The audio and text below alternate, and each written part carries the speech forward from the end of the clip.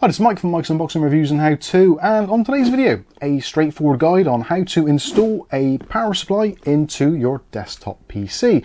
It's actually quite a straightforward process once you kind of understand where all the cables go and also suitable routing methods for the cables themselves. So if you've never done this before and you're looking to upgrade your rig, maybe replace the power supply for something a little bit bigger if you're using a newer graphics card, or if your power supply's failed and you're having to replace it, we're going to go through the whole process of the removal and then the installation. So without further ado, let's get on with it. So let's start with identifying which cables actually need to be removed from the motherboard and some of the peripherals. So we'll point out some of the easy ones to begin with. So one of which is going to be this one here. So this is the graphics card power connector. Generally with these, there is a little physical clip, and all you do is just press the clip in and then a gentle wiggle and it should come out. If you look at the power plug itself, you can see we've got this clip, and all we do is push it in, and this allows the kind of retention section to lift up and allows it to come out. This also locks it into place when we put it back in. Now the next obvious one is going to be our main 24-pin power connector. This is exactly the same principle. On the underside, behind the cables here, there's going to be a little clip for you to press in. I'll show you that shortly. Press the clip in on the back of the connector and then just give it a little wiggle and it should come all the way out. If we look on the back, there's the clip, and all you do is apply a little bit of pressure, and as you can see, that clip rises upward, releasing it from the mechanism. So the next one is going to be in this top corner. So this is the CPU or EPS connector. This connector has exactly the same connection as one of our PCIe connections and has a little lever which you can press down and then wiggle it off. In this instance, because we've got our AIO in the way, for most people it's probably a really good idea to remove your AIO from the system temporarily just to gain easier access. Depending on your case style, you may have a lot more room there, which will make life a little bit easier. Some cases, such as this Thermaltake View 390, actually have a massive gap at the top, so it makes getting into these connectors so much more easier. As you can see, we've got two connections on this one, so again it's the same principle. Press down on the outer edge to lift up the release and then wiggle the connectors free.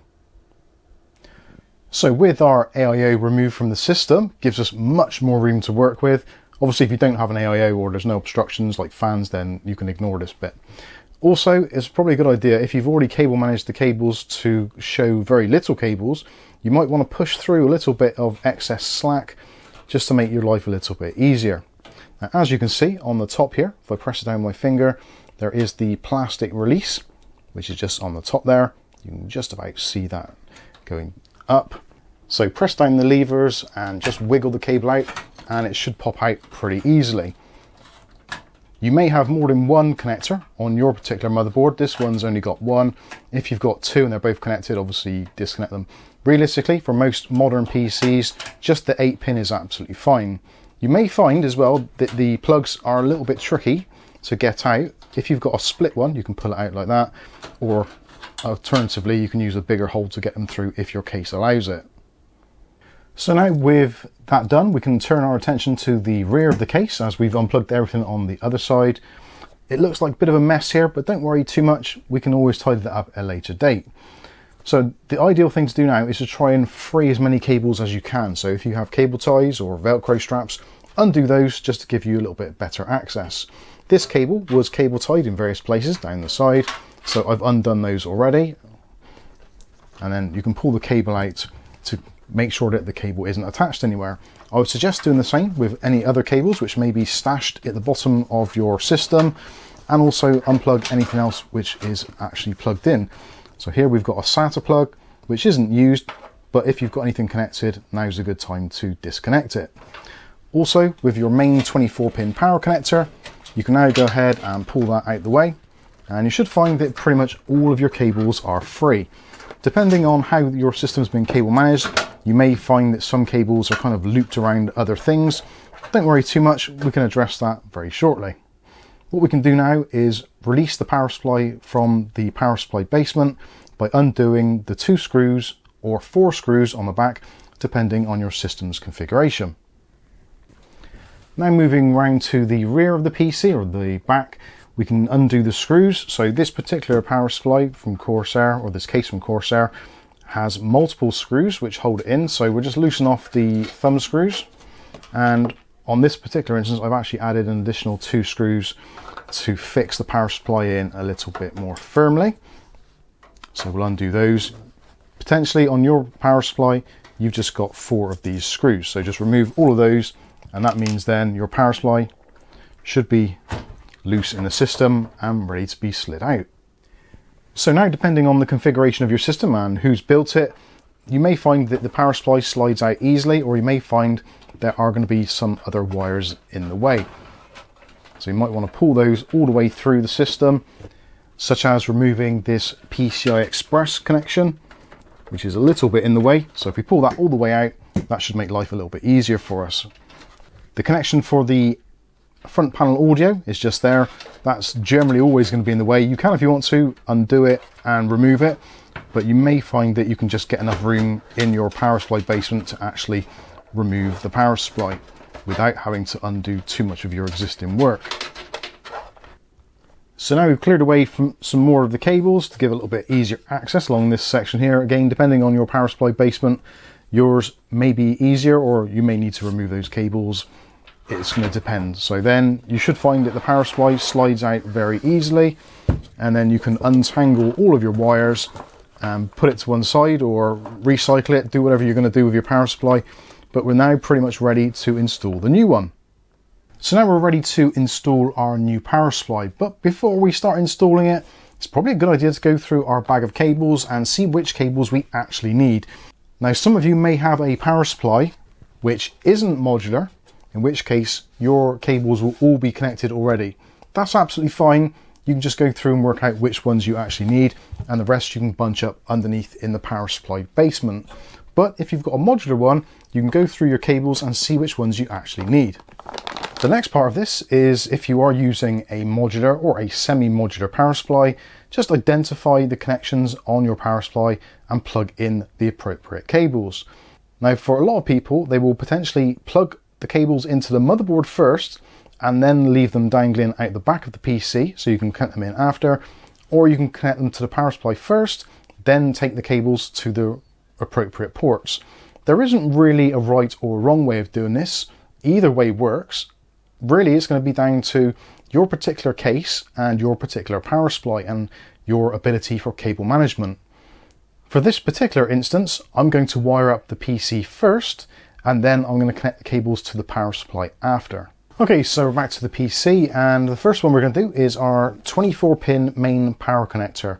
Now this one is just here on the side of your motherboard. It may differ if you've got a slightly different motherboard, but generally it's the largest one on the board itself. You'll notice on the side there is a lip, and that lip is actually used for this clamping section. So when you lift it up, it makes it easier for it to go over that lip.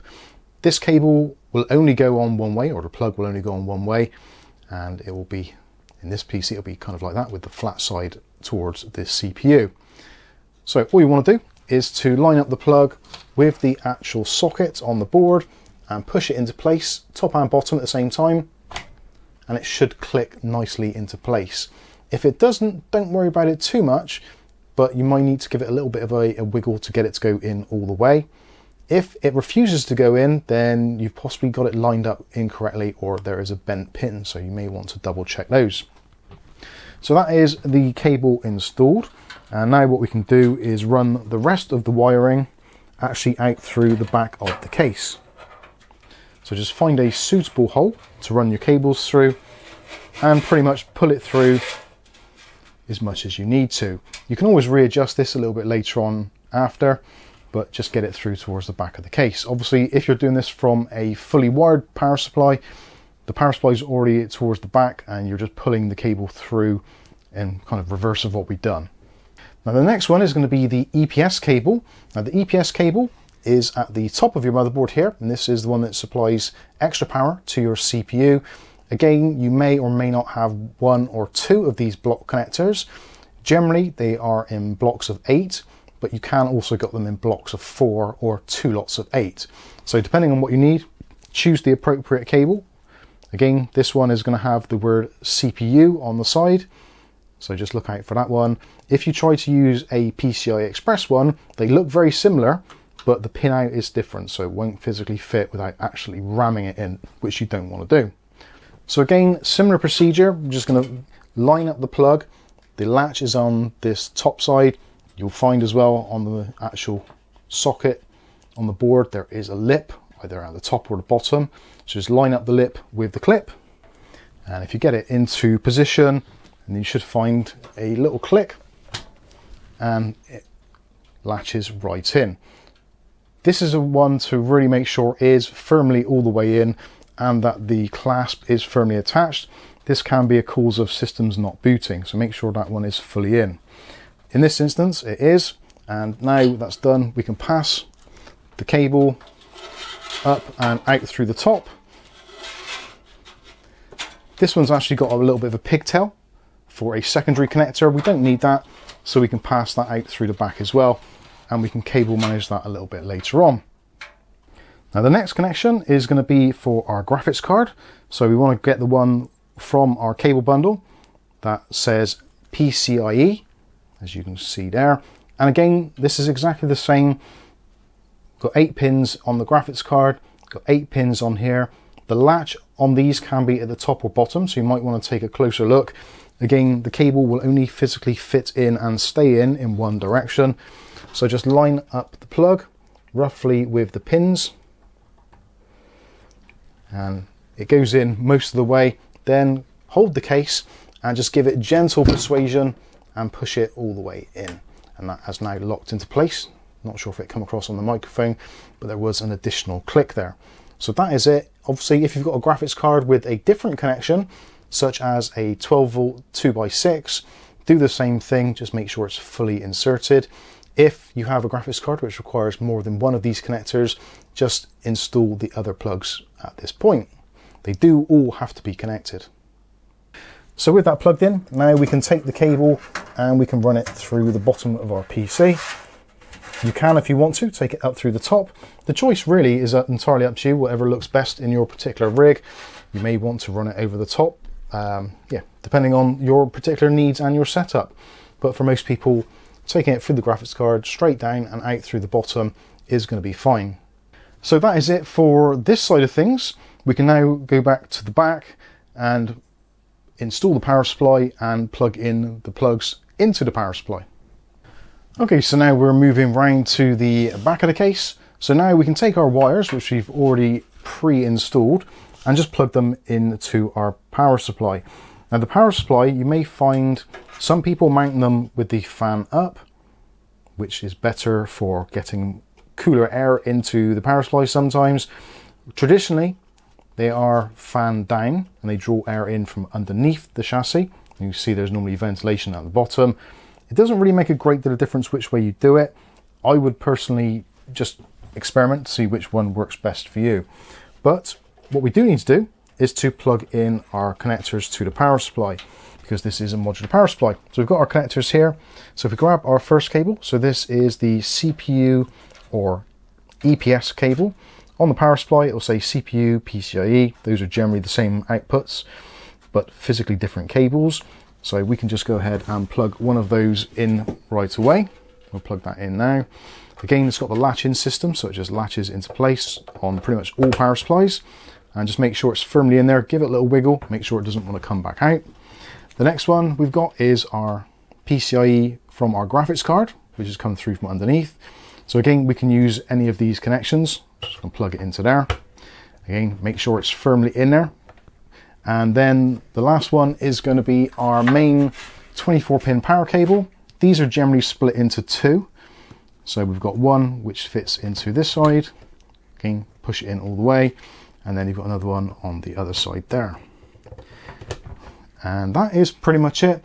Again, we did say a little bit earlier, we're going to install our accessory cable. And we don't have anything to really plug into this at the moment, but it's probably a good idea to install it anyway, just to save faffing around looking for one later, because it's actually quite difficult to get to these connectors once they're inside the PC. So all I'm going to do is plug that one in there, and what I'll probably end up doing is just cable tying that up together, bunching it inside so it's ready should I ever need it.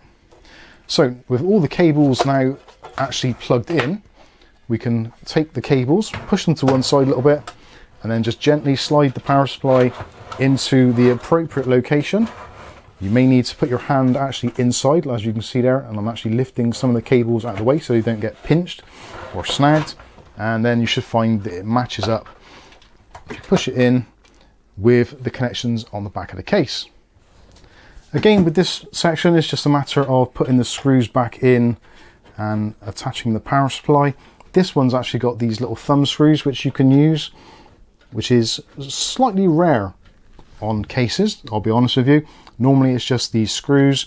You use these with a PH2 style screwdriver and just find the holes and screw them in. Now some of those screws do look very similar, so you might have to have a couple of attempts. And we've got one more there at the bottom. And just make sure they're done up firmly. Don't over tighten them because it is quite easy to strip the threads. As long as it's firm in there, that should be absolutely fine. If you're installing this on a small form factor PC and the power supply is slightly hidden inside the unit, it's probably a good idea to switch this to the on position now, just in case, because you may not get access to it a little bit later on.